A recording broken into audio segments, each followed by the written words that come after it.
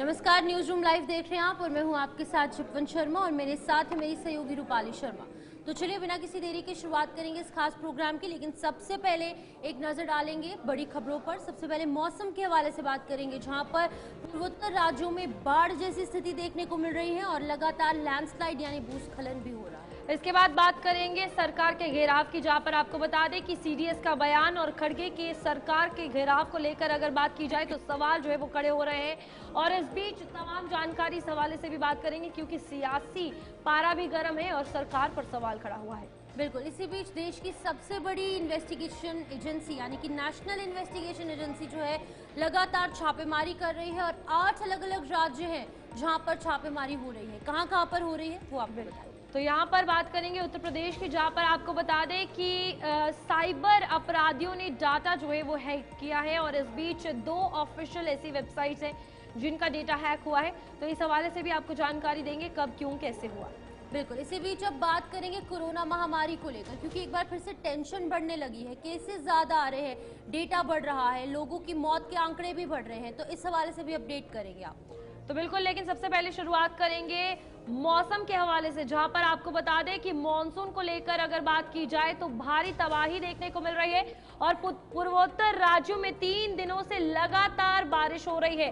बाढ़, भूस्खलन की स्थिति का सामना जो है वहां के लोग कर रहे हैं। इस बीच बाढ़ के कारण आपको बता दें कि 22 से ज्यादा लोगों की मौत जो है वो हो चुकी है। तो ओवरऑल सिक्किम में करीब 1500 टूरिस्ट है जो फंसे हुए हैं। तो बिल्कुल आपको बता दें कि पूर्वोत्तर राज्यों में 3 दिनों से लगातार बारिश जारी है और ये भी आपको बता दें कि बाढ़ के कारण अभी तक 22 से ज्यादा लोगों की मौत हुई है। आंकड़ा लगातार बढ़ सकता है क्योंकि अभी मॉनसून जो है वो नहीं आया है, जिसकी वजह से कहीं ना कहीं स्थिति जो है और बिगड़ सकती है। लेकिन अगर बात की जाए कुछ इलाकों की जिसके नाम भी सामने आ रहे हैं, प्रभावित जो राज्य है उसमें मिजोरम है, असम है, उसी के साथ साथ मणिपुर है, उसी के साथ साथ अरुणाचल प्रदेश, यानी कि नॉर्थ ईस्टर्न स्टेट्स जो है उनकी जो यहाँ पर स्थिति है इस टाइम बेहद ज़्यादा खराब है। और भारतीय मौसम विज्ञान विभाग यानी कि आईएमडी ने पूर्वोत्तर के कुछ हिस्सों में भारी से बहुत भारी बारिश की चेतावनी दे दी है। इस बार जो मॉनसून है उसने पहले ही दस्तक दे दी है और कुछ 14 से 15 दिन पहले ही मौसम ने जो है इस तरीके की स्थिति, आप तस्वीरें देखिए कैसे बाढ़ की स्थिति जो है इलाकों में देखने को मिल रही है। आंकड़ा लोगों का बहुत ज़्यादा है, 22 लोगों की अभी तक मौत हुई है। आगे कितना आंकड़ा होगा ये वक्त बताएगा। लेकिन अगर बात की जाए मौसम की तो मौसम हर एक जगह पर खराब नजर आ रहा है। बिल्कुल, यहाँ अरुणाचल प्रदेश में भी हालात काफी ज्यादा खराब है। इस बीच आपको बता दें कि 22 से ज्यादा लोगों की मौत हुई है और जिस तरीके से ये तस्वीरें सामने आ रही हैं तो आप देख सकते हैं कि मौसम में करवट बदलने का किस तरीके का कहर जो है वो बरपा है। ओवरऑल मिजोरम, असम, मणिपुर, त्रिपुरा, ये सभी इलाके हैं जिन जगहों पर भारी तबाही जो है वो देखने को मिली है। 22 का आंकड़ा मौत का है, आप लगाइए कि 1500 से ज्यादा टूरिस्ट फंसे हुए हैं। तो ओवरऑल सिचुएशन जो है काफी ज्यादा क्रिटिकल है, क्योंकि खस्ता हालत जो है वो सड़क की हो चुकी है। डैमेज जो है वो काफी ज्यादा देखने को मिला है। इस बीच पूर्वोत्तर में भारी बारिश हो रही है, जहां मिजोरम, असम, मणिपुर की अगर बात की जाए तो यहाँ पर भारी तबाही हुई है। बिल्कुल, इसी बीच में 22 से ज्यादा लोगों की मौत हुई है और हजारों लोग इस बाढ़ से, इस बारिश से प्रभावित हैं। इसी बीच में आपको बता दें कि सड़कें जो है वो बह गई हैं और घर ढह गए हैं, कई लोग बेघर भी हो चुके हैं। सिक्किम के विभिन्न हिस्सों में करीब 1500 पर्यटक फंसे हुए हैं। आप लगा लीजिए हिसाब की बारिश के बीच इन सभी का बचाव कार्य जो है वो जारी है। बिल्कुल, आपको बता दें कि इंडियन मेट्रोलॉजिकल डिपार्टमेंट आईएमडी ने आने वाले दिनों में भारी बारिश की आशंका भी जताई है। बिल्कुल, यहाँ पर आपको बता दें कि असम के कई हिस्सों में बाढ़ जैसे हालात जो है वो बने हुए हैं। भूस्खलन में 8 लोगों की मौत हुई है। बिल्कुल, इसी बीच में पूर्वोत्तर की तमाम जानकारी आपको दे रहे हैं। नॉर्थ ईस्टर्न स्टेट्स जो 7 सिस्टर स्टेट्स कहा जाता है, उस इलाके में भारी तबाही हो रही है। भूस्खलन में 8 लोगों की मौत हुई है और ये आंकड़े पूर्वोत्तर से एक एक कर सामने आ रहे हैं। तो बिल्कुल, इस बीच 78,000 से अधिक लोग जो है वो प्रभावित हुए हैं। ओवरऑल बारिश के कारण भारी तबाही हुई है। तो ये बारिश में तबाही का मंजर जो है वो देखने को मिल रहा है। बिल्कुल, राज्य के पश्चिमी भाग में 3 जिलों में रेड अलर्ट भी जारी किया है। 8 अन्य जिलों में भी ऑरेंज अलर्ट जो है वो जारी किया गया है। बिल्कुल, इसी बीच में आपको बता दें कि मिजोरम में भारी बारिश से 4 लोगों की मौत हुई है। तो अब स्टेट वाइज आपको जानकारी देंगे कहां पर कितने लोगों की मौत। मेघालय में भारी बारिश से 2 लोगों की मौत का आंकड़ा सामने आया है। तो बिल्कुल इसी बीच में पिछले 3 दिनों में 6 मौतें वाकया हुई हैं। तो लगातार मौसम के बिगड़े हालातों के चलते लोगों का भी बुरा हाल है। 49 गांव के करीब 1100 लोग प्रभावित हुए हैं, यानी कि 1100 का आंकड़ा। बिल्कुल आपको बता दें कि अरुणाचल प्रदेश में 9 लोगों की मौत वाकया हुई है। फिलहाल आपको बता रहे हैं कितने लोगों की मौत किस जगह पर हो रही है। पूर्वी कोमिंग में 7 और जीरो घाटी में 2 लोगों की मौत का आंकड़ा सामने आया है भारी बारिश के चलते। बिल्कुल अभी कुल मिलाकर 22 लोगों की मौत हुई है। मिजोरम है, असम, मणिपुर, त्रिपुरा, अरुणाचल प्रदेश है, असम है और कई ऐसे इलाके हैं जहां पर बहुत ज्यादा तेज बारिश हो रही है। बारिश के बाद की स्थिति आप देख सकते हैं, तस्वीरें आपके सामने काफी ज्यादा ये दिल दहला देने वाली तस्वीरें हैं जहां पर लगातार तेज बारिश के चलते बाढ़ की स्थिति है, भूस्खलन हो रहा है, लैंडस्लाइड, मडस्लाइड हो रहे हैं क्योंकि पहाड़ी इलाके हैं जिसकी वजह से कि थोड़ी सी बारिश के चलते भी कई ज्यादा इलाके प्रभावित हो जाते हैं। लेकिन पहाड़ी इलाकों में बारिश होने के चलते मैदानी इलाके भी प्रभावित होते हैं, वहां पर वाटर लॉगिंग हो जाती है क्योंकि तमाम वहां के इलाकों का पानी जो मैदानी क्षेत्र है वहां तक आ जाते हैं, जिसकी वजह से ड्रेनेज सिस्टम अगर सही ढंग से नहीं होगा तो वहां पर वाटर लॉगिंग हो जाएगी। तो पहाड़ी और साथ ही साथ मैदानी इलाकों के लोगों को कई ज्यादा दिक्कत पेश आएगी इस मानसून में। लेकिन प्रशासन को अलर्ट पर रहना होगा, खास तौर पर जो भी वहां पर जैसे जम्मू कश्मीर की बात करेंगे तो एसएमसी है, जेएमसी है, यहाँ पर अलर्ट रहना होगा। लेकिन ओवरऑल प्रशासन को अलर्ट रहने की कोशिश करनी होगी ताकि लोगों को दिक्कत ना पेश आए। इसी बीच अब आगे बढ़ जाएंगे जहां पर एक बड़ी खबर सामने आ रही है। सीडीएस के बयान को लेकर जो है खड़गे के सरकार द्वारा जो सवाल जो है वो खड़े किए गए हैं। बिल्कुल, यहाँ पर आपको बता दें कि कांग्रेस अध्यक्ष ने केंद्र सरकार पर कई सवाल खड़े किए हैं। सरकार पर देश को गुमराह करने का आरोप लगाया है और इस बीच आपको बता दें कि सीडीएस के बयान पर सरकार को घेरा गया है, जहां पर संसद का विशेष सत्र भी बुलाने की मांग इस मामले को लेकर अब कर ली गई है, क्योंकि कांग्रेस अध्यक्ष मल्लिकार्जुन खड़गे ने केंद्र की मोदी सरकार पर देश को गुमराह करने का बड़ा आरोप लगाया है। अब देखिए ये बयान सिंगापुर में चीफ ऑफ डिफेंस स्टाफ यानी सीडीएस जनरल अनिल चौहान के एक इंटरव्यू के बाद आया, जिसमें उनके बयानों ने राजनीतिक विवाद जो है वो छेड़ दिया है और यही कहा है कि इस इंटरव्यू के बाद कई सवाल जो है वो खड़े हो रहे हैं और साफ तौर पर केंद्र सरकार का घेराव किया गया कि गुमराह जो है वो केंद्र सरकार कर रही है। इस बीच खड़गे ने सोशल मीडिया प्लेटफॉर्म पर भी लिखा है और ये कहा है कि सीडीएस के बयान से कई सवाल उठे हैं जिनके जवाब के लिए सांसद का विशेष सत्र बुलाया जाना चाहिए और वहां पर सवाल जवाब होंगे जिसके जवाब सीडीएस और केंद्र सरकार देगी, क्योंकि जनता को गुमराह करना जो है वो केंद्र सरकार कर रही है। बिल्कुल, उन्होंने विशेष रूप से पहलगाम आतंकी हमले और उसके बाद की सैन्य कार्रवाइयों जैसे कि ऑपरेशन सिंदूर हुआ उस पर चर्चा की मांग की है। कांग्रेस अध्यक्ष मल्लिकार्जुन खड़गे ने आरोप लगाया है, कई आरोप उन्होंने यहाँ पर लगाए। I think what is important is that not the jet being down, but why they were doing, why they were. Good part is that we are able to understand the tactical mistake which we made, remedy it, rectify it, and then implement it again after 2 days, and flew all our jets, again targeting at long range, which is incorrect, and that is not information which I said is important. What is important is why they were down. That is more important for us. And what did we do after that? That's more important. A lot of people, and we want to put an end to it. So hopefully, strategic stability, to bring about strategic stability, it requires 2 hands to clap together, to join together. Hopefully, they understand this, and we can then look at things differently. We had one more question as to what were the kind of lessons which we had drawn from this particular conflict. You know that in this particular conflict, we have not only indigenous systems which were fielded in this conflict, but equipment from vast number of countries. Means India doesn't depend on one nation for its defense needs. So it's a number of capabilities which were put together, and most of these capabilities were put to good effects, the results of which were visible evidence of which was demonstrated, and most of the systems actually function quite well. It will be difficult to comment at this particular point of time the equipment which was used by the other side, the capabilities of that equipment. But you are aware that we were able to penetrate the air defenses as long as 300 kilometers with point accuracy and target airfields and infrastructure deep inside Pakistan. So that indicates the functionality of the equipment. So, but a lot of work still needs to be done as to what was used and how what happened in this.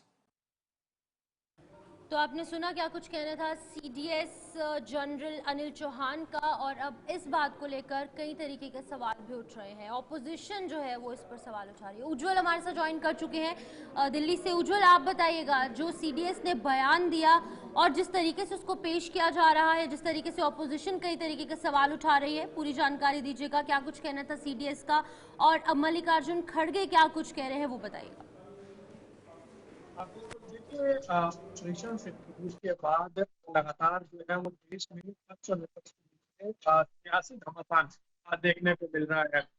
BJP की तरफ से ये दावे किए जा रहे हैं प्रधानमंत्री नरेंद्र मोदी बात कर रहे हैं, लेकिन वहीं विपक्ष लगातार जो है वो प्रधानमंत्री नरेंद्र मोदी के ऊपर सवाल खड़ा करता हुआ दिखाई दे रहा है, क्योंकि जिस तरीके से डोनाल्ड ट्रंप ने सीज फायर की घोषणा की थी उस पर जो है वो विपक्ष सवाल खड़ा कर रहा था। खासतौर पर कांग्रेस पार्टी जो है जो सवाल है वो मुख्य रूप से खड़े कर रही थी। और अभी हाल ही में अगर आप देखेंगे तो सिंगापुर में ब्लूमबर्ग को इंटरव्यू दिया है जो सीडीएस है अनिल चौहान, उन्होंने इंटरव्यू दिया और उनसे जब सवाल पूछा गया कि भारत के कितने जेट जो हैं वो गिरे थे, तो उस पर उन्होंने जो है वो अपना जवाब दिया था, जिसके बाद तमाम जितने भी विपक्षी पार्टियां, खासतौर पर इसमें से कांग्रेस ने जो है वो इस जो है वो इंटरव्यू के बाद अपनी आवाज और ज्यादा मुखर रूप से उठानी शुरू कर दी है।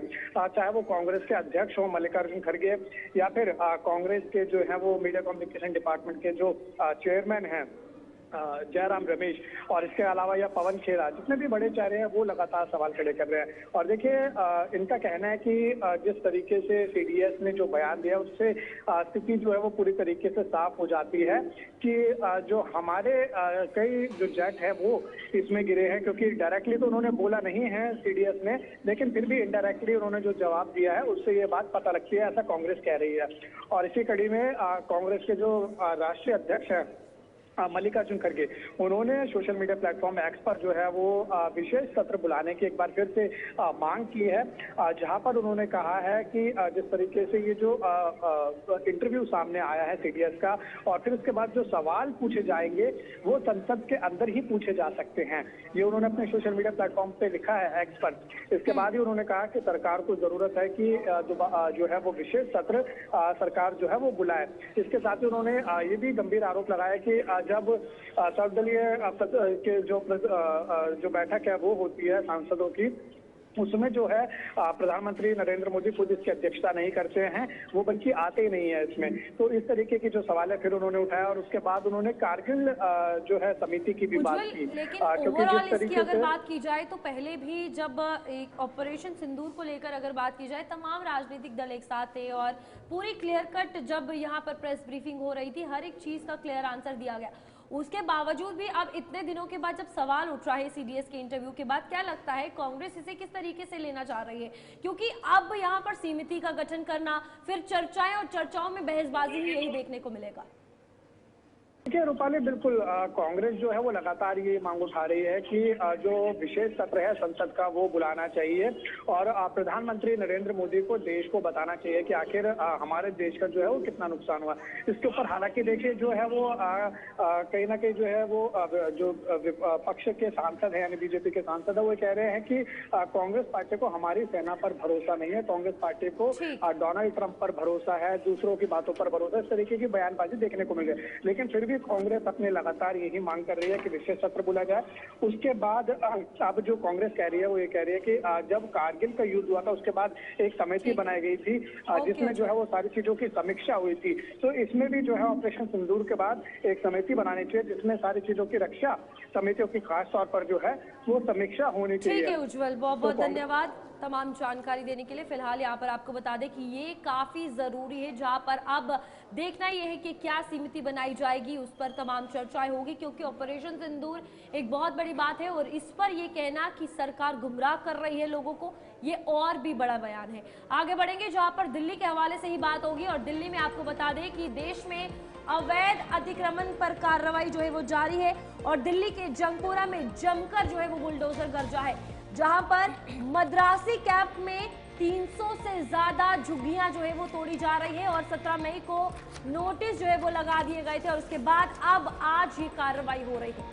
बिल्कुल, आपको बता दें कि 17 मई को ये नोटिस चस्पा किए गए थे और राजधानी दिल्ली में अवैध अतिक्रमण के खिलाफ एक्शन तेज कर दिया गया है। ताज़ा मामले में जंगपुरा में मद्रासी कैंप पर बुलडोजर चलाया गया है, जेसीबी का एक्शन देखने को मिला है। यहाँ पर 300 से ज्यादा झुग्गियां जो है वो तोड़ी जा रही हैं। फिलहाल तस्वीरें जो आप देख रहे हैं ये वहां की ही हैं, ताज़ा तस्वीरें निजामुद्दीन रेलवे स्टेशन के पास जंगपुरा के अंदर जो मद्रासी कैंप थे वहां पर रविवार को स्पेशल टास्क फोर्स यानी कि एसटीएफ की टीम पहुंची और वहां पर ध्वस्तीकरण की कार्रवाई शुरू की। हालांकि लोगों ने इसका विरोध जरूर किया, लेकिन कहीं ना कहीं नोटिस 17 मई को ही लगा दिए गए थे, जिसके बाद की 15 से 17 दिन की मोहलत दी गई थी, जिसके बाद ही ये कार्रवाई को अंजाम दिया गया है। अब आप देखिए, जाहिर सी बात है अवैध अतिक्रमण है तो कार्रवाई होगी और नोटिस भी दिया गया, उसके बावजूद भी लोगों ने वहां से हटने का काम नहीं किया तो प्रशासन जो है वो अपनी कार्रवाई करेगा। इस बीच फिलहाल आपको बता दें कि राजधानी दिल्ली में ये बड़ी कार्रवाई देखने को मिली। ताबिश कमाल हमारे संवाददाता हमारे साथ जुड़े हुए हैं। ताबिश, बताइएगा, यहाँ पर क्लियर कट है कि 17 को नोटिस दिया गया, आज 15 से 14 दिन के बाद ये कार्रवाई हुई है। इस बीच लोगों का रोष और ये डेमोलिशन ड्राइव, क्या कुछ इन्फॉर्मेशन? देखिए, मैं आपको बता दूं कि सरकार ने पहले ही साफ कर दिया था कि जो बड़े नाले हैं जिनके ऊपर इंक्रोचमेंट किया गया है या जो ऐसी जगह है जहां पर ज्यादा इंक्रोचमेंट किया गया है उन सबको खाली कराना है। ये दिल्ली में बीजेपी सरकार ने बिल्कुल साफ कर दिया था कि हम किसी भी तरह का इंक्रोचमेंट बर्दाश्त नहीं करेंगे। ये इस पर हालांकि राजनीति बहुत ज्यादा जम करके हो रही है। हमने देखा है कि पिछले एक हफ्ते से लगातार दिल्ली के अंदर इंक्रोचमेंट ड्राइव चल रही है। दिल्ली में लगभग 70 के करीब ऐसे बड़े नाले हैं जिनके ऊपर के ऊपर अवैध निर्माण कर लिया गया है। उन अवैध निर्माण को हटा करके उन नालों को दोबारा से सुचारू रूप से चालू किया जाएगा, जिससे दिल्ली में बरसात के समय में जो दिल्ली पूरी तरह से नदी नहर नाले में तब्दील हो जाती है उसको ठीक किया जा सके। कई सारे बड़े बड़े ऐसे नाले हैं, कई सारी बड़ी ऐसी जगहें हैं जहां पर इंक्रोचमेंट करके झुग्गियां बना दी गई थी, उन सबको खाली करना है। इससे पहले दिल्ली के कई इलाकों में भी ये ड्राइव चलाया गया है। दिल्ली के चिराग दिल्ली में ये ड्राइव चलाया गया, दिल्ली के गोविंदपुरी, इलाहाबाद एक्सटेंशन, सेलमपुरी, सीमापुरी, ओखला, तो तमाम इलाकों में ड्राइव चलाया जा रहा है। जंगपुरा विधानसभा में भी ड्राइव चलाया जा रहा है। मद्रासी कैंप पे जहाँ पर 300 से ज्यादा झुग्गियां हैं, इन पर 17 मई को नोटिस लगाया गया था कि आप ये झुग्गियां खाली कर दीजिए, सरकारी जमीन है, इस पर आपका जो कब्जा है वो असंवैधानिक है, आप इस पर यहाँ पर बुलडोजर चला है। चूंकि ये जो जितना भी अवैध निर्माण है उन सबको खत्म करना है। देखिए, दिल्ली में नगर निगम और दिल्ली सरकार दोनों बीजेपी ने बिल्कुल साफ कर दिया है कि हम कोई भी एनक्रोचमेंट दिल्ली में बर्दाश्त नहीं करेंगे। हाल ही में अभी दिल्ली में कैबिनेट मंत्री मंजिंदर सिंह दत्ता ने भी प्रेस कॉन्फ्रेंस की थी, जिसमें उन्होंने कहा था कि इलीगल तरीके से बनाई गई झुग्गियां, इलीगल तरीके से किए गए जो काम है उन सबको खत्म किया जाएगा। क्योंकि दिल्ली को साफ स्वच्छ और सुंदर शहर अगर आपको बनाना है तो आपको सबसे पहले दिल्ली की बिल्कुल ताबिश, जैसे आपने कहा कि दिल्ली को साफ स्वच्छ और सुंदर शहर के रूप में विकसित करना है, लेकिन 17 मई को ही नोटिस जो है वो चस्पा कर दिए गए थे। लोगों को पता था कि आने वाले वक्त में हम पर कार्रवाई हो सकती है, लेकिन फिर भी लोगों ने रोष व्यक्त किया और इसीलिए एसटीएफ वहां पर पहुंची। प्रॉपर सिक्योरिटी के बीच में ध्वस्तीकरण की कार्रवाई की गई है ताकि लोग रोष न व्यक्त करें, कोई माहौल खराब ना हो, झड़प ना हो जाए वहां पर।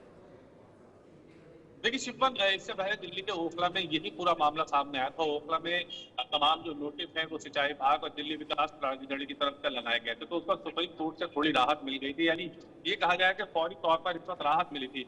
लेकिन लोगों को ये उम्मीद रहती है कि अगर जहां पर हमारी झुग्गी है वहां पर अगर हम सुप्रीम कोर्ट चले जाते हैं, हाई कोर्ट चले जाते हैं, तो हमें थोड़ी राहत मिल सकती है। नोटिस लगातार उन इलाकों में दिए जा रहे हैं जहां पर अवैध तरीके से झुग्गियां बसाई गई हैं, अवैध निर्माण किया गया है, उन सबको सरकार को खाली कराना है। सरकार ने बिल्कुल स्पष्ट कर दिया है कि आपको दिल्ली अगर सुंदर बनानी है तो आपको अवैध निर्माण दिल्ली से हटाना होगा, आपको झुग्गियां खत्म करनी होंगी, आपको नाले साफ करने होंगे, आपको सड़कों का सौंदर्यीकरण करना होगा। तो ये ड्राइव पूरी तरह से पूरी दिल्ली में चल रहा है। ओके, ठीक है ताबिश, बहुत बहुत शुक्रिया तमाम जानकारी देने के लिए। तो यहाँ पर दिल्ली के हवाले से बात हो रही थी, जहाँ पर कि तमाम जो ध्वस्तीकरण की कार्रवाई है वो चल रही है, क्योंकि कहीं ना कहीं अवैध तरीके से निर्माण जिन लोगों ने किए हैं उनके घरों को तोड़ने का काम लगातार पुलिस और प्रशासन की तरफ से किया जा रहा है। इसी बीच अब हम बात करेंगे चंडीगढ़ के हवाले से, जहां पर कि स्पीकर जो है पंजाब विधानसभा के, उनके द्वारा प्रेस कॉन्फ्रेंस की जा रही है। अब सुनिए क्या कुछ कह रहे हैं।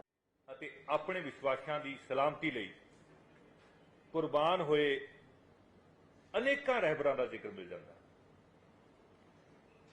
पर हिंद दी चादर श्री गुरु तेग बहादुर जी दुनिया विच इक्को एक अजिहे रहबर अते शहीद होए हन जो दूजियां दे धार्मिक विश्वासां अते मनुखी आज़ादी की रखिया लई सीस कुर्बान करके महान कुर्बानी दे गए। इतिहास दे विच पहली बारी होया कि मकतूल कातिल कोल गया। सतगुरां दा जीवन अते गुरबाणी जिथे सानू ये महान सिक्ख्या दिंदी है कि असी हमेशा अपने अकीदे उत्ते दृढ़ता अते अडोलता दे नाल पहरा देना, उत्थे दूजियां दे धार्मिक विश्वासां दा सत्कार और रखिया, कोट अनकोट रखिया भी करनी है। गुरु साहब कोल जिस वेले कश्मीरी पंडित ये फरियाद लैके आए कि औरंगजेब उन्होंने धक्के नाल मुसलमान बना रहा है, तो गुरु साहब ने उन्होंने कहा कि औरंगजेब नूं कह दिओ कि जेकर श्री गुरु तेग बहादुर साहब मुसलमान बन जाएंगे तो असी सारे हिंदू धर्म छड्ड के मुसलामी शरण आ जावांगे। पहले रहबर, पहले गुरु श्री गुरु नानक देव महाराज जी ने पंडित कोलों जनेऊ पहनण तो इनकार करते, उसे धर्म के 9वें रहबर 9वें गुरु इसे जंजू की रखिया लई अपनी शहादत दिंदे हन, क्योंकि ये धर्म ते जमीर की आज़ादी का मसला सी, इंसानियत का मसला सी। श्री गुरु तेग बहादुर जी की शहादत विलखण, अदुੱਤੀ ते लाबशाल है। शहादत तो 9वें पातशाह के जीवन का शिखर का दृश्य है, पर सतगुरों का समुचा संसारी जीवन बंदगी, त्याग, सेवा ते कुर्बानी नाल शरसार है। गुरु साहब वालों उचारी इलाही गुरबाणी जिस 59 शब्द 55 श्लोक मनुखी जीवन को एक स्थिर अवस्था में जिउण प्रति गुरु साहब के सिद्धांत, आदर्श अते अमल नूं रूपमान करते हैं। श्री गुरु ग्रंथ साहब जी दर्ज 31वें राग जैजावंती में केवल श्री गुरु तेग बहादुर जी ने ही गुरबाणी रची।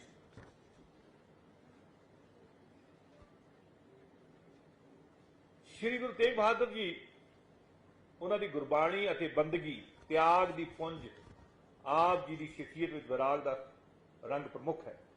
पर यह विराग इतिहास के विच जेकर होए विराग दी होर मिसालां तो मूलों ही वखरा है, जो बुढ़ापे, बीमारी ते मौत तो डर के या अपने किसी नजदीकी संबंधी, रिश्तेदार या मित्र की बेवफाई तो पैदा हुई किसी भी निराशा तो उत्पन्न होया विराग नहीं, यह इलाही विराग, इंसानियत का विराग।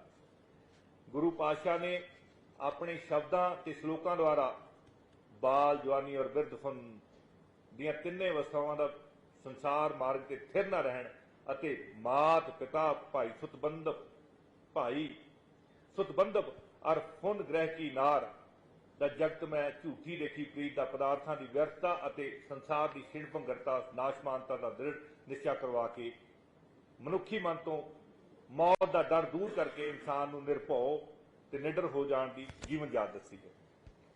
तो गुरु साहब बारे जो बोलिया जाए तो तुसीं महीना बदी बोल सकते हो।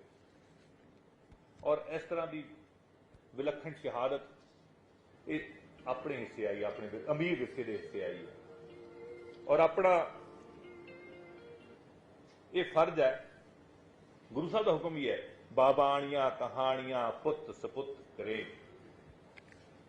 सो असी आउण वालियां पीढ़ियां नूं अपने इस शानामती गौरवमयी इतिहास बारे जानकारी दईए। ये साडा सारा दा फर्ज है, गुरु साहब का हुक्म भी है। इस बार पंजाब सरकार ने यह फैसला किया कि श्री गुरु तेग बहादुर साहब की 350वीं शहीदी शताब्दी का और अमृतसर साहब के 450वें स्थापना दिवस के संबंधी जिहड़े समागम है वो बहुत शानो शौकत के नाल और बहुत ही मॉडर्न तरीके के नाल, ताकि उन्होंने रीच ना सिर्फ कल्ले पंजाब या भारत दे विच रहे, सारी दुनिया दे विच रहे, क्योंकि साडा इतिहास मानवता दे लिए है। साडियां कुर्बानियां, साडे गुरु साहिबाना दी कुर्बानियां मानवता दे लिए है। इस सारी दुनिया दे विच पहुंचाया जा सके, इसलिए पंजाब सरकार ने तुहानूं तुहाडे ज्ञात ही होना तुहानूं कि पिछले दिनों इश्तिहार भी दिता सी कि सारियां संप्रदावां, सारी लोकाई तो इन्हां शताब्दियां नूं मनाउण दे लई सुझाव लए जाण, क्योंकि पंजाब सरकार लोकां दी सरकार है। तो बिल्कुल यहाँ पर ये चंडीगढ़ में प्रेस कॉन्फ्रेंस जो है वो चल रही थी। आगे बढ़ेंगे जहाँ पर एनआईए की बड़ी कार्रवाई देखने को मिल रही है। और इस बीच आपको बता दें, पाकिस्तानी जासूसी जितने भी हैं उनको गिरफ्तार किया जा रहा है। इस बीच फिलहाल पाकिस्तानी जासूस मामले में कार्रवाई हो रही है और जो जासूसी कर रहे हैं, फिलहाल 8 राज्यों के 15 ठिकानों पर यह छापेमारी हुई है। देश के कई राज्यों में छापेमारी एनआईए के द्वारा की जा रही है। ओवरऑल संदिग्ध दस्तावेज, अब पाकिस्तान इंटेलिजेंस से कनेक्शन, इन सभी को लेकर तमाम कार्रवाइयां हो रही है।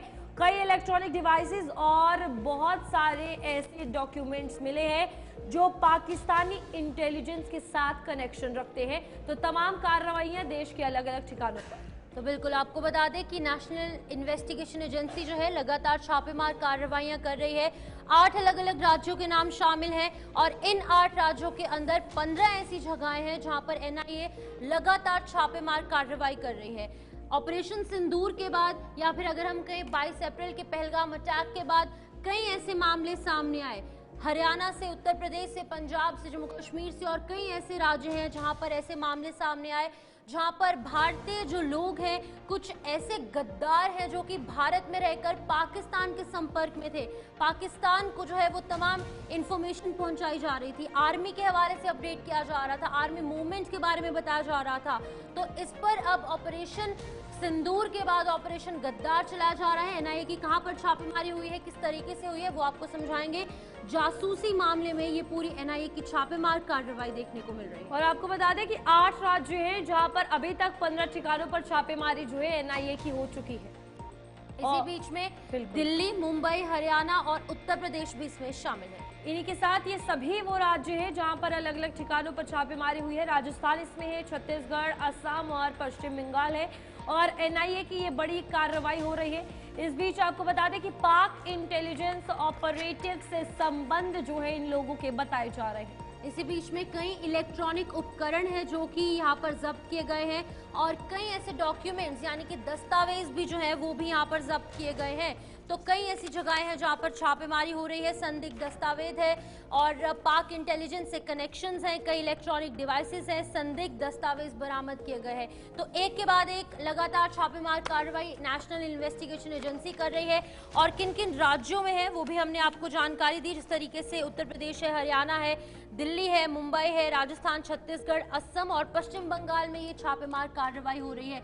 कुछ ऐसे लोग हैं जो कि भारत में रह रहे हैं लेकिन पड़ोसी मुल्क जो है उनको लगातार जानकारी दे रहे हैं। बहुत सारे ऐसे एग्जाम्पल्स हमने देखे, कई यूट्यूबर्स, कई इन्फ्लुएंसर्स, कई आम लोग भी गिरफ्तार किए गए हैं जिन्होंने कि पाकिस्तान को इंडियन आर्मी के हवाले से जो है वो अपडेट किया है, कई जानकारियां जो है वो। लेकिन शिफन यहाँ पर मामला तब संगीन होता है जब सीआरपीएफ का जवान भी इस चीज में गिरफ्तार किया गया है जो कि एएसआई था और आप देखिए वो बतौर जासूस जो है वो काम कर रहा था। तो ये एक बहुत बड़ी सिचुएशन है जहां पर इंटरनल कॉन्फ्लिक्ट और इंटरनल चैलेंज से एनआईए जो है वो जूझती हुई नजर आ रही है और स्टेप बाय स्टेप एक अच्छी कार्रवाई जिसमें तमाम मददगारों को गिरफ्तार किया जा रहा है। आगे बढ़ेंगे जहां पर एक और कार्रवाई देखने को मिली है, लेकिन ये नक्सलवाद के हवाले से है और आपको बता दें कि 3 नक्सलियों के खिलाफ ये चार्जशीट जो है वो दाखिल की गई है। बिल्कुल, झारखंड में 3 नक्सलियों के खिलाफ चार्जशीट दाखिल हुई है और आतंकी साजिश में शामिल होने का आरोप इन पर लगा है। तो नक्सली संगठन में जबरन यानी जबरदस्ती भर्ती का भी आरोप जो है वो लगा है और एक बिहार से है, 2 झारखंड के रहने वाले हैं और इनकी चार्जशीट जो है वो दाखिल हो चुकी है, इनके खिलाफ चार्जशीट दाखिल हो चुकी है। बिल्कुल, आपको बता दें कि एनआईए ने यहाँ पर भी एक और कार्रवाई की है। एनआईए की विशेष अदालत में एनआईए की ओर से पूरक चार्जशीट दाखिल कर कृष्ण हांसदा उर्फ सौरभ दा, अभिजीत कोरा उर्फ मातला कोरा और रामदयाल उर्फ नीलेश दा पर 2023 के सीपीआई आतंकी साजिश के शामिल होने के अंदर जो आरोप है वो यहाँ पर लगाए गए हैं। तो एक के बाद एक लगातार कार्रवाइयां हो रही हैं, जहां पर नक्सलवाद के खिलाफ, उसी के साथ साथ आतंकवाद के खिलाफ तो लगातार जो भी एंटी नेशनलिस्ट एलिमेंट्स है उनको जड़ से खत्म करने की बात हो रही है। इनफैक्ट बात ही नहीं, काम भी लगातार जीरो टॉलरेंस की नीति जो है अपनाई जा रही है। रवि गुप्ता हमारे साथ, हमारे संवाददाता ज्वाइन हुए हैं। रवि, आपसे जानकारी लूंगी, एनआईए ने कार्रवाई की है लगातार नक्सलवाद के खिलाफ, जहां पर एक तरफ हमारी फोर्सेस ग्राउंड लेवल पर उतरकर इनका एनकाउंटर करते हैं, दूसरी तरफ नेशनल इन्वेस्टिगेशन एजेंसी द्वारा भी बड़ी कार्रवाई की गई है। पूरी जानकारी दीजिएगा।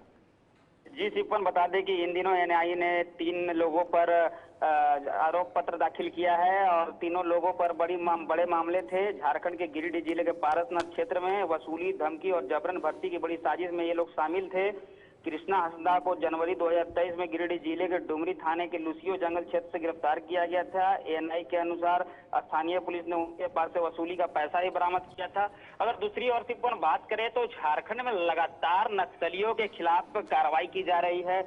कुछ दिन पूर्व पप्पू लोहरा को लातेहार पुलिस ने मार गिराया था। वहीं दूसरी ओर फिर मनीष यादव माओवादी शीर्ष नेता थे, 5 लाख का इनामी थे और 10 कुंदन खरवार जो इनामी थे उनको भी गिरफ्तार करने में सफलता हासिल की थी। इन दिनों अगर कहा जाए तो प्रशासनिक अमला की ओर से एक तरह से सफाई अभियान चलाया जा रहा है। जैसे केंद्र सरकार की ओर से 2026 की जो टारगेट है सिपुवन, उसको जो पूरा करना है कि पूरी तरह से नक्सली, आतंकवादी और अपराधी को किसी भी प्रकार का पनाह नहीं दिया जाएगा। अगर जो लोग उन्हें पनाह देते हैं तो उन्हें सलाखों के पीछे भेजा जाएगा या फिर मार गिराया जाएगा। जी सिपुवन, यहाँ पर जबरन भर्ती की बात भी सामने आई है रवि, ये एक बहुत बड़ी बात है। जिस तरीके से इन पर चार्जशीट दाखिल हुई है, नक्सलवाद को लेकर बात करते हैं, लेकिन ये जबरन भर्ती की क्या बात है, इसको लेकर भी बताइएगा कि क्या कुछ उनके द्वारा इंफॉर्मेशन दी गई है जब उन्हें गिरफ्तार किया।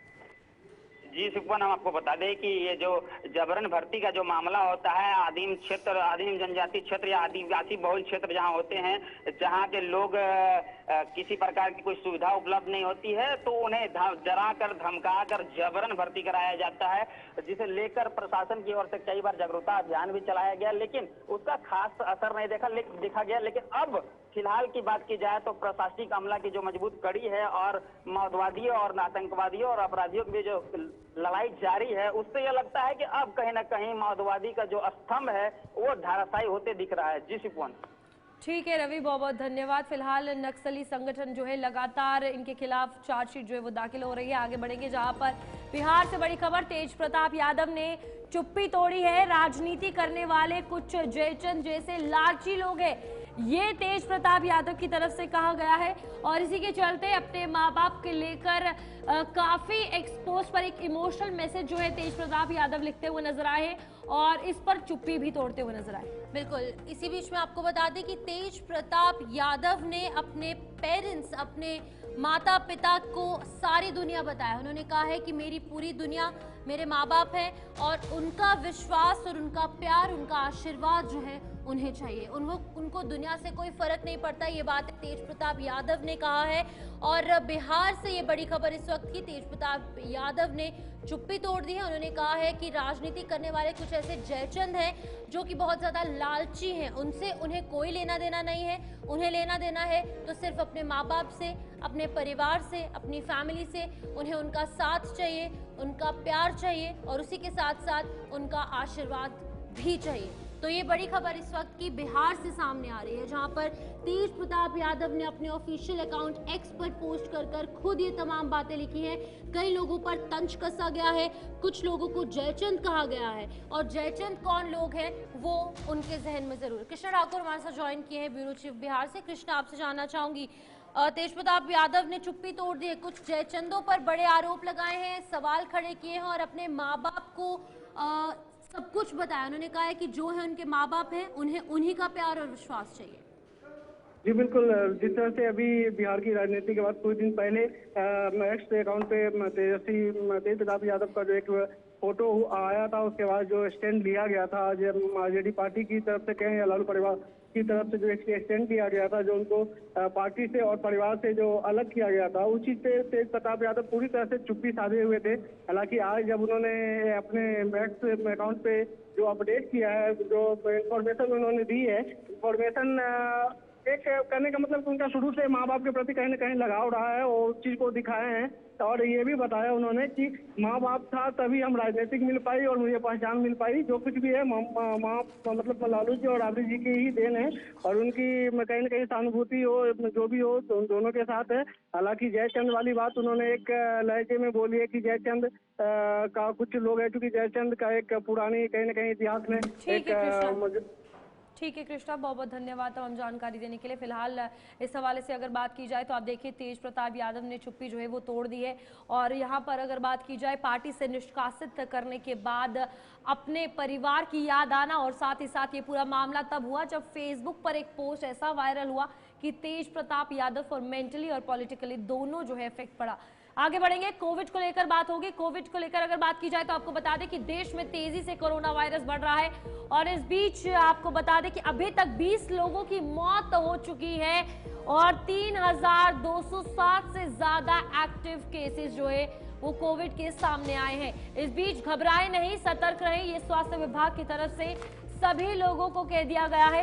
और ओवरऑल अगर कोविड को लेकर सिचुएशन की बात की जाए तो ज्यादा पैनिक करने वाली नहीं है, सिचुएशन नॉर्मल है, बस प्रिकॉशंस लेने को कहा गया है क्योंकि केसेस जो है वो लगातार बढ़ रहे हैं और ये बढ़ते आंकड़े लोगों को कहीं ना कहीं मेंटली डिस्टर्ब ना करे, मेंटली स्ट्रेस ना दे। स्वास्थ्य विभाग इसीलिए लगातार ये मैसेजिंग और ये एडवाइजरी लोगों के लिए जारी कर रहा है। तो बिल्कुल इसी बीच आपको बता दें ये आंकड़े तो बढ़ रहे हैं, लेकिन स्वास्थ्य विभाग कहीं ना कहीं लोगों से कूल काम रहने को कह रहा है। कहा जा रहा है कि पैनिक होने की ज़रूरत नहीं है। अगर ये भी कहा जा रहा है स्वास्थ्य विभाग द्वारा कि सतर्क रहें, घबराएं नहीं। इसी बीच में तमाम गाइडलाइंस भी जारी की गई हैं। गाइडलाइंस में कहा गया है कि बच्चों को सर्दी खांसी या बुखार हो तो स्कूल ना भेजें। खास तौर पर कर्नाटका सरकार के अभिभावकों को आदेश जारी कर दिए गए हैं। कई ऐसे राज्य हैं जो कि बहुत ज़्यादा प्रभावित हैं, वहाँ पर कई संक्रमित मामले हैं, जैसे कि केरला है, महाराष्ट्र है, दिल्ली है, कर्नाटका है। ये वो इलाके हैं जहाँ पर बहुत ज़्यादा मामले सामने आ रहे हैं। कुछ ऐसे इलाके भी थे, कुछ ऐसे राज्य केंद्र शासित प्रदेश थे जहाँ पर कि ज़्यादा मामले नहीं थे, लेकिन अब वहाँ पर भी मामले लगातार बढ़ रहे हैं। तो हमारे साथ इरशाद ज्वाइन कर चुके हैं महाराष्ट्र से। इरशाद, क्या कुछ स्थिति है अभी पूरे देश की जहां पर आंकड़े लगातार बढ़ रहे हैं? 3200 का आंकड़ा पार हो चुका है, लेकिन स्वास्थ्य विभाग कह रहे हैं कि ज्यादा पैनिक होने की जरूरत नहीं है। देश में खासतौर से जो आंकड़े सामने आ रहे हैं, चले इरशाद की आवाज पहुंच नहीं पा रही। इरशाद, आप तक आवाज पहुंच रही है? जी हाँ जी बिल्कुल, दीजिए जानकारी, क्या कुछ है महाराष्ट्र की? खास तौर से महाराष्ट्र में देखिए अभी तक दूसरे नंबर पर था, लेकिन कर्नाटक भी अब पीछे नहीं है। कर्नाटक में भी एकदम से उछाल आया है, जो मरीज मिले हैं। तो यहाँ कर्नाटक भी एक सेंसिटिव पॉइंट बन चुका है और केंद्र और राज्य स्वास्थ्य विभाग ने यहाँ खासतौर से गाइडलाइन जारी की है स्कूली बच्चों के लिए, पालकों के लिए।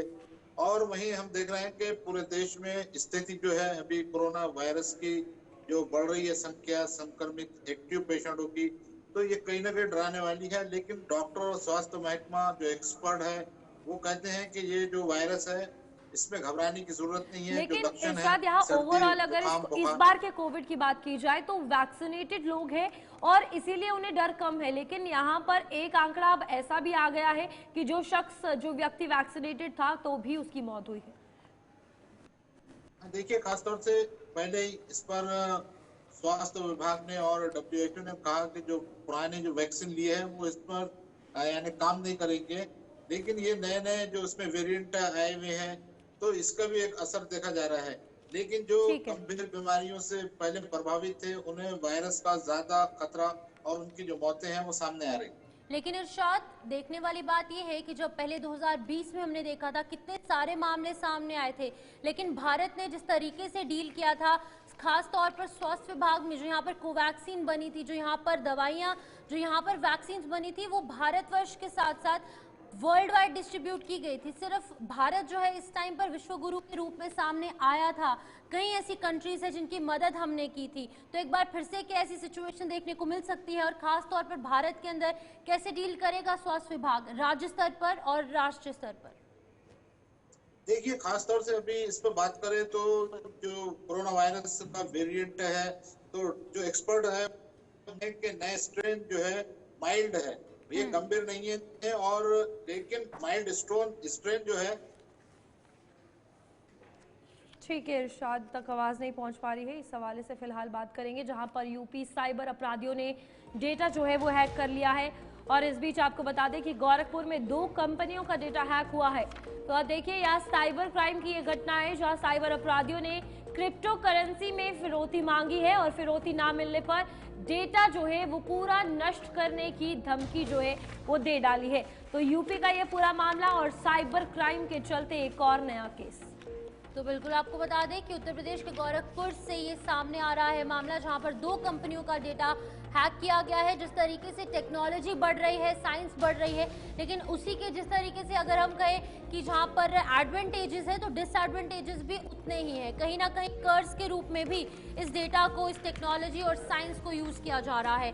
AI का यूज भी जो है वो गलत तरीके से किया जा रहा है। तो 2 चीजें हैं, 2 पहलू हैं, जहां पर अगर हम देखें एक चीज के फायदे और नुकसान की बात की जाए तो लोगों का दिमाग जो है अब नुकसान की तरफ जा रहा है। तो साइबर अपराधियों ने डेटा हैक कर दिया है और साइबर अपराधियों ने गोरखपुर जिले के ऑयल एंड शुगर खरीद फरोख्त करने वाली 2 बड़ी कंपनियों के डेटा हैक कर लिए हैं। तो ये जो कंपनीज हैं उनके नाम भी सामने आए हैं। तो बिल्कुल फिलहाल आपको बता दें कि यहाँ पर ये 2 कंपनियां हैं जिनका पूरा नेटवर्क जो है वो तैयार किया गया और इनका साइबर क्राइम के हवाले से अगर बात की जाए डेटा हैक किया गया, जिसके बाद राम रायका मार्केटिंग और गौरी ट्रेडिंग कंपनी ये नाम सामने आया है। फयाज अहमद संवाददाता गोरखपुर से हमारे साथ जुड़ चुके हैं। फयाज, बताइएगा, क्राइम की बात करते हैं तो इसमें साइबर क्राइम भी कहीं ना कहीं इस वक्त जहां पर अलर्ट और कैंपेनिंग की जाती है, लेकिन इस बीच बड़ी 2 कंपनीज का डेटा हैक होने की बात सामने आई है। क्या डेटा हैक हो चुका है, क्या पूरी इंफॉर्मेशन है, इस हवाले से बताइएगा।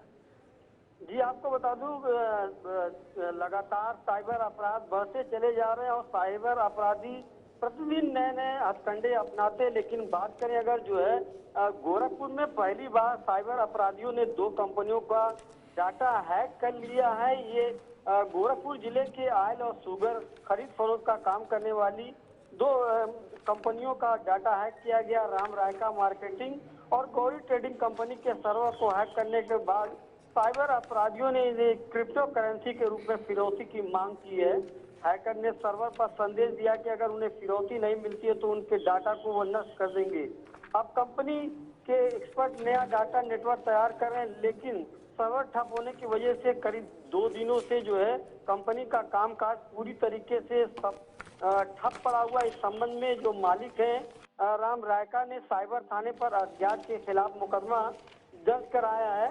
उन्होंने बताया कि उनकी जो कंपनी है ऑयल और शुगर खरीद फरोख्त का काम करती है, ये सर्वर पर रैनसमवेयर अटैक हुआ। इसके कारण कंपनी का जो डाटा है वो पूरी तरीके से क्रैप्ट हो गया है और ये 29 मई की सुबह कंपनी की IT टीम ने आंतरिक सर्वर सिस्टम में हैकर की एंट्री का पता लगाया था और जांच करने पर पाया गया कि पूरा डाटा मलेशिया सॉफ्टवेयर की ओर से क्रैप्ट किया गया है। हालांकि इस संबंध में साइबर थाने पे मुकदमा दर्ज हो गया और मामले की जांच चल रही है। ठीक है फयाज, बहुत बहुत शुक्रिया तमाम जानकारी देने के लिए। तो गोरखपुर से तमाम जानकारी अपडेट की जा रही थी, जहां पर अब साइबर अपराध जो है वो लगातार बढ़ रहा है और जैसे पहले फिरौती मांगी जाती थी, अब क्रिप्टो करेंसी के रूप में फिरौती मांगी जा रही है।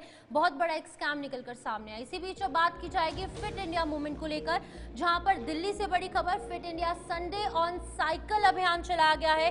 केंद्रीय मंत्री मनसुख मंडाविया ने भी इसमें हिस्सा लिया है और फिट इंडिया मूवमेंट को बढ़ावा दिया जा रहा है। जैसे कि केंद्र सरकार द्वारा खेलो इंडिया है, फिट इंडिया है, दो अलग अलग तरीके के अभियान जो है वो चलाए जा रहे हैं ताकि युवा जो है वो मेन स्ट्रीम में सामने आए, जो गलत राहों पर चल रहे हैं उनको कहीं ना कहीं वापस मेन स्ट्रीम में लाया जाए। तो ये तस्वीरें दिल्ली से, जहां पर संडे ऑन साइकिल अभियान की शुरुआत आज दिल्ली में की गई। तो बिल्कुल ये फिट इंडिया संडे अभियान था, जो तस्वीरें आपके सामने है। इस बीच पीएम मोदी ने फिट इंडिया का मंत्र दिया, यानी कि फिटनेस के हवाले से मैसेज सभी को दिया। साइकिलिंग की गई और केंद्रीय मंत्री मनसुख मंडाविया ने भी इसमें भाग लिया। फिट इंडिया मूवमेंट को बढ़ावा दिया जा रहा है कि संडे ऑन साइकिल हो ताकि लोग अपनी फिटनेस का ध्यान भी रखें। इस बीच ये आपको बता दें कि पूरा मेजर ध्यानचंद राष्ट्रीय स्टेडियम है जिसमें आज fit India Sunday on cycle कार्यक्रम का आयोजन किया गया और खेल मंत्री मनसुख मांडविया और बॉलीवुड अभिनेत्री आपको बता दें कि शार्वरी वाघ ने भी इसमें हिस्सा लिया है। इस दौरान उन्होंने मैसेज दिया और साइकिलिंग की और फिट इंडिया संडे का जो अभियान है उसको लेकर एक बढ़ावा और मैसेज दिया। बिल्कुल, इसी बीच आपको बता दें कि केंद्रीय युवा मामले के अंदर और खेल मंत्री मनसुख मांडविया ने fit India Sunday on cycle कार्यक्रम को संबोधित भी किया। उन्होंने इस दौरान जो तमाम लोग वहां मौजूद थे उन्हें संबोधित किया और एक मैसेज दिया है। उन्होंने कहा है कि पिछले 24 रविवारों से फिट इंडिया मूवमेंट को बढ़ावा देने के लिए निरंतर प्रयास किए जा रहे हैं। तो ये थी तमाम बड़ी खबरें, जहां पर जम्मू कश्मीर से लेकर केरला यानी कि कश्मीर टू कन्याकुमारी जो भी बड़ी खबरें हैं वो हमने आप तक साझा की। तो फिलहाल के लिए न्यूज रूम लाइव में इतना ही। मुझे शिफन शर्मा और मेरी सहयोगी रूपाली शर्मा को दीजिए इजाजत। नमस्कार।